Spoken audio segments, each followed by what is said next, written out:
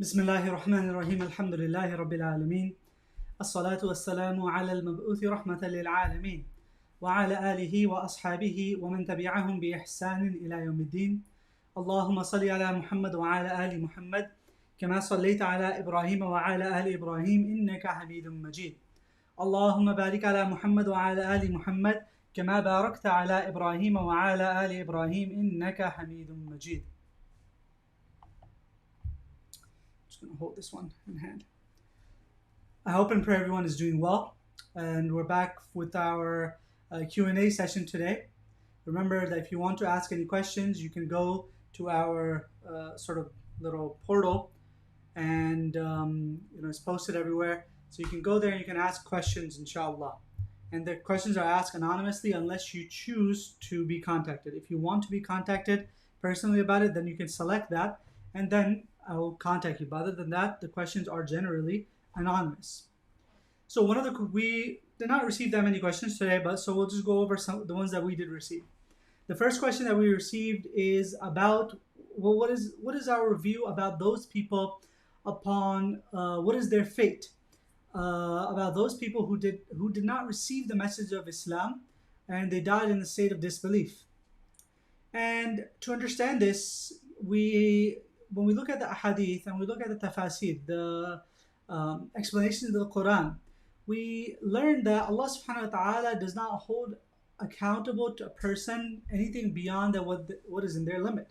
So if a person did not receive the message of Islam and they did not receive the true message of Islam in any way, then that person would not be held responsible for being a Muslim, right? So for example, someone joins a cult and they only a Muslim, let's say an Islamic or Muslim cult that is completely against the religion of Islam. Let's say it's Nation of Islam or one of those, right? Or the Ahmadi movement, right?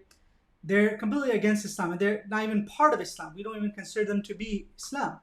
So those sorts of people, or those sorts of people that join one of those groups, and then let's say they pass away right after that, so they never really got the opportunity to learn about Islam, we can say that inshallah, since they did not receive the true message of Islam, that there is hope there. Similarly, if there's someone that's living on a ranch in Colorado and there has never been exposed to Islam or Muslims or the message of Islam in any capacity, then once again we can say that Allah subhanahu wa ta'ala will now hold that person accountable for having not being a Muslim while living their life. But now there's one caveat here. The one thing to keep in mind is, even though a person may not be held responsible for being a Muslim, that does not mean that a person is allowed to be a mushrik. Mushrik and not being a Muslim are two different things. A mushrik is someone that associates partners with Allah subhanahu wa ta'ala. Most of the scholars are of the opinion that if a person is alive and a person is able-minded, their mind is still functional and it works perfectly well, then that person is going to have to realize and come to that conclusion that there is a deity, there is some sort of being that we worship. They don't have to come to the conclusion that it is Allah. They don't have to come to the conclusion that it's the Allah that revealed the Quran or not. That's not the conclusion that they need to come to. The conclusion that they need to come to on their own is that there is a God that exists. There is an Allah that has fashioned this. That's number one. And number two, they cannot associate anyone that is with that Allah. As long as these criteria are met, we are hopeful for that person's fate and we are hopeful for what is going to happen to them in the akhirah. Okay? This is a long debated topic. This is something that's more of an aqidah issue. It is not something that's necessarily answered in one line or 2-3 minutes. Rather, this is something that requires an in-depth study of aqidah. So whoever has asked this question, please reach out and we can inshallah arrange some sort of aqidah class or something along those lines that we had a few years ago. All right. Next question. The next question is, it's about Eid al-Adha. Do you know how we are going to pray Eid al-Adha? Eid al-Adha. Well, I don't. Right now the situation is it's evolving, it's changing every day. So we don't necessarily know how it's going to be by the time Eid al-Adha comes, which is probably be end of July, beginning of August. So we don't know what the situation will be like that. But we are hopeful that we can pray in congregation as we are praying Jumu'ah and whatnot right now. So we are hopeful that we can pray in congregation in the masjid or in some sort of capacity as well, inshallah. But as the time draws nearer, that's when we will find out and we will know. It's too far away and too difficult to be able to um, make a plan of something that's changing, on a day-to-day or a week-to-week basis. All right, another question. Okay, this is a good one. Question is that I've seen that in the masjid we are praying with space between us in our rows. I do not believe that the prayer is valid this way. Why are we praying like this? Okay, so the question is that the questioner is asking that right now in the masjid we are praying our 5 salahs and we are praying our Jumu'ah as well. Abiding by the guidelines set by the state, we are keeping space between everyone. And the person is saying that to them it does not seem that this is a valid method of prayer and that the prayer is not counting. Well, what is required for prayer to count? What is the requirement? Well, number one, for a prayer to count, you have to have wudu. Number two, for a prayer to count, you have to be facing the qibla. Number three, for a prayer to count, you have to, the space place that you are praying must be clean. Number four, the clothes that you are wearing must be clean, right?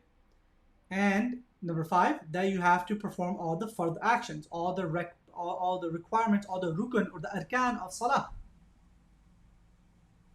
Now, while leaving the distance between each other is not the ideal position for us to be in, it is not something that is against the validity of prayer.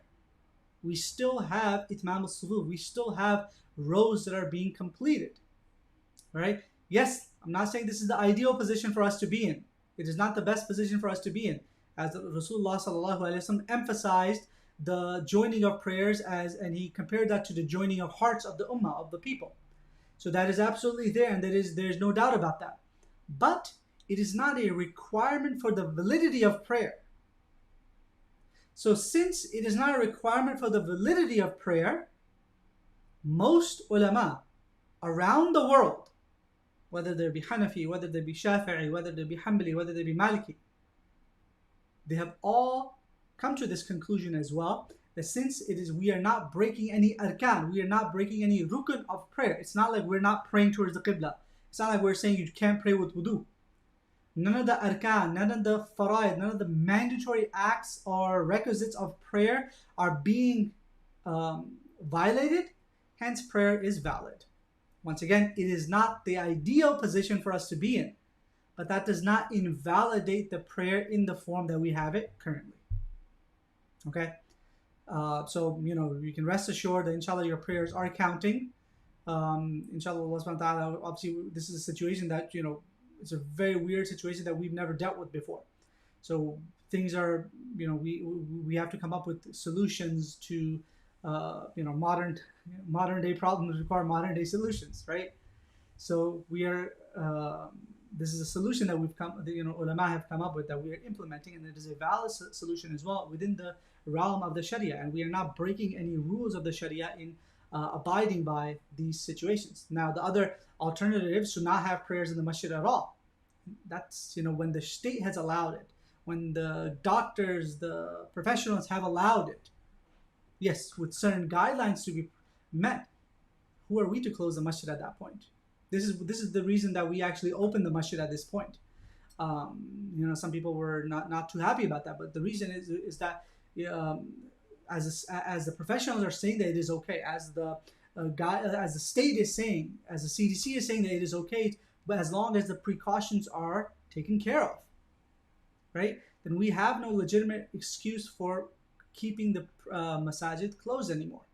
Hence, we open the masjid. I know there's a few other masajid within the area that open the masjid as well, but unfortunately not everyone has opened it yet, right?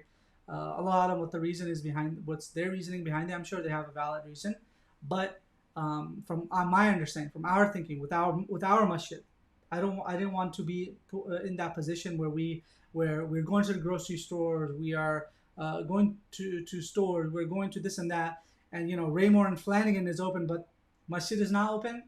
seems like there's something wrong there. All right, so that's why we decided to open the masjid with the guidelines and with consultation and under the requirements set by the state. We are not breaking any laws. We are not breaking any guidelines. Rather, we are following all of them. In fact, we are enforcing them, not just following them. Rather, we are enforcing them. So, that's the position that we're in right now. Okay. All right, I'll refresh the page to see if there are any more questions. If there are not, we will end this session, and inshallah we will see everyone next week. Just a reminder that all of our weekly programs are now back in session, full on, Facebook, YouTube, and Instagram. We are not holding classes in person yet. We're still far away from that. That falls into those guidelines. All right. With that being said, may Allah subhanahu wa ta'ala keep all those that are sick safe. May Allah subhanahu wa ta'ala keep all those that are sick, give them shifa. May Allah subhanahu wa ta'ala keep all those that are not sick safe. And we ask Allah Azza wa Jal to remove this difficulty from us and to keep the whole ummah in afiyah. I'll end it off with one thing. Our masjid's president, Brother Murtaza Afzal, his sister is suffering through some illness right now. And so please remember her in your du'as. May Allah subhanahu wa ta'ala give her shifa kamila ajila mustamira tahura. And Allah subhanahu wa ta'ala give her a complete and a quick recovery. And may Allah subhanahu wa ta'ala make this difficult time easy on her. Oh, we have another question on Instagram. When will the masjid fully open? We do not. Well, the masjid is fully open right now. We have all 5 prayers. We have Jumu'ah being done as well. So yeah, we cannot hold classes and whatnot just yet. Inshallah, once the guidelines sort of loosen up a little bit, we'll start phasing into those as well. But as of now, we don't have a timeline. We don't have a timeline. It'll be based on what the state is saying, and the state is conflicted as well with the recent protests and whatnot. The state is revising their guidelines, so who knows? Who knows when that'll be? But as of prayer-wise, the masjid is fully open. So since you're asking, I expect to see you there now. All right. Inshallah, we'll see everyone tomorrow. Jazakumullah khair, virtually at least, or in the masjid. Jazakumullah khair. Assalamu alaikum wa rahmatullahi wa barakatuh.